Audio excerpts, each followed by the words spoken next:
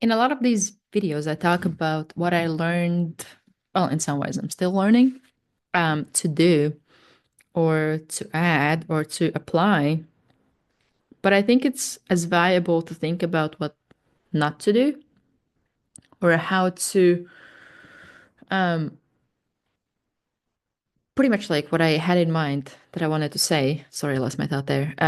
Is that bad emotions isn't always bad, they are just emotions. But I think what we tend to do is we add some meaning to those emotions, or we now make it mean something. Like for example, if there was a time when I would think that if I'm feeling bad, it means that, or I should feel motivated all the time to do the stuff that I want to do because that means that I'm on the right path, right? What I did learn is that when it comes to growth, evolution, development, getting to the next level, it doesn't feel good. It doesn't it doesn't look good, and a lot of times it hurts. It has some pain attached to it. It's not easy to mold yourself into something new or something better. Even if it's better, which is positive, to get there, you need to go through a lot of negatives and you need to do a lot of letting go, a lot of overcoming, getting out of comfort zone, which doesn't feel good. Because if you get out of comfort zone by default, that's out of the comfort. So it's not good, which it will feel bad.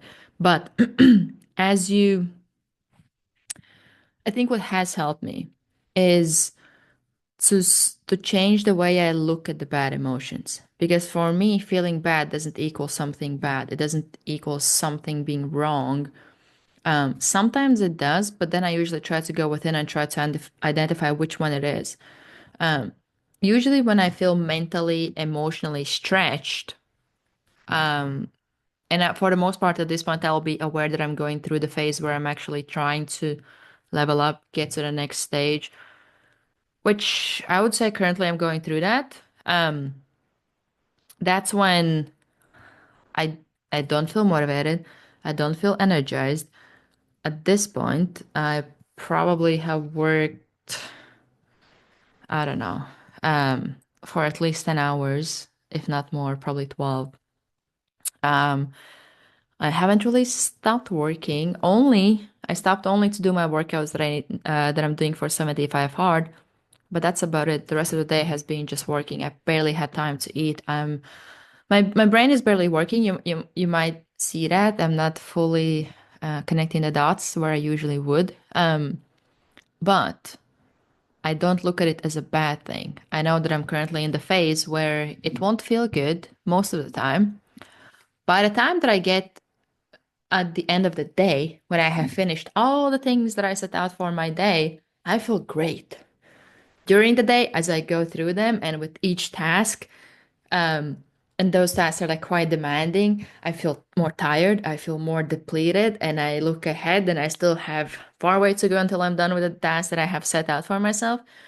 It doesn't feel good. But at this point, I don't pay attention to that. I think it's something that I asked one of my friends or somebody else. I don't remember who, or maybe it was Goggins' interview. I don't remember. But pretty much like the question asked was, are you happy? And the answer is, I don't think about it. I don't sit and think, am I happy? Am I not happy? You just don't focus on it. You just focus on what you need to get done and you do that. That is not to say to neglect your feelings, suppress them, and not to listen to yourself, but it's more so to say that feeling good, it's not that feeling good is good and feeling bad is bad. It's just emotions. And what makes it good or bad is the stories that we attach to them. Like another example I have is this is something that I heard Jocko Willing talk about that I have applied to myself is he's talking about bad days or They can also be called test days. And before I would have bad day, which is like everything goes wrong, you're exhausted, you didn't have good sleep, something comes up and you have to address it, and pretty much like everything is stacked up to challenge you. That's a day that I now look at. That's my test day where I can see, okay, I can measure where my growth and development is. Where, let's say, if something happened in the past, I would have reacted this way, which is not ideal.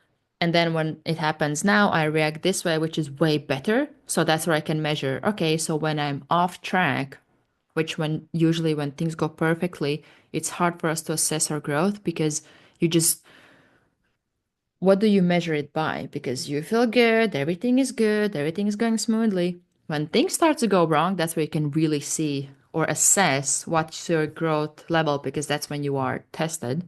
So those are the days where I actually use them to assess myself. And I even try to play this game of, okay, so if this is my test day, can I do more than I intend to instead of now allow that day to get in my way where I now crumble. And those are the days when I can really see, okay, where do I stand?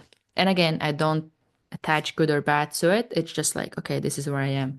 Um, so yeah, I guess that's the message of today. Maybe something that could help is to think on like what is my for the lack of better term, like relationship with bad emotions. What do I see as bad emotion? Is it anger? Is it sadness? Is it loneliness? What are the emotions that you identify as bad? And is there a way how there could be something good in those emotions? Is there a way how they are serving you? And also, what are the stories that you're telling yourself about them? Because you can be sad. It's allowed to be sad. We're all humans. It's just like, what do you make it mean? Or how do you handle that emotion? Do you actually allow yourself to feel it and then just move on, or you just sit in it too much, or try to suppress it, or try to now compensate it with something else? So just try to question the way that we look at not relationships, emotions. Sorry, falling asleep. And whether good or bad even matters.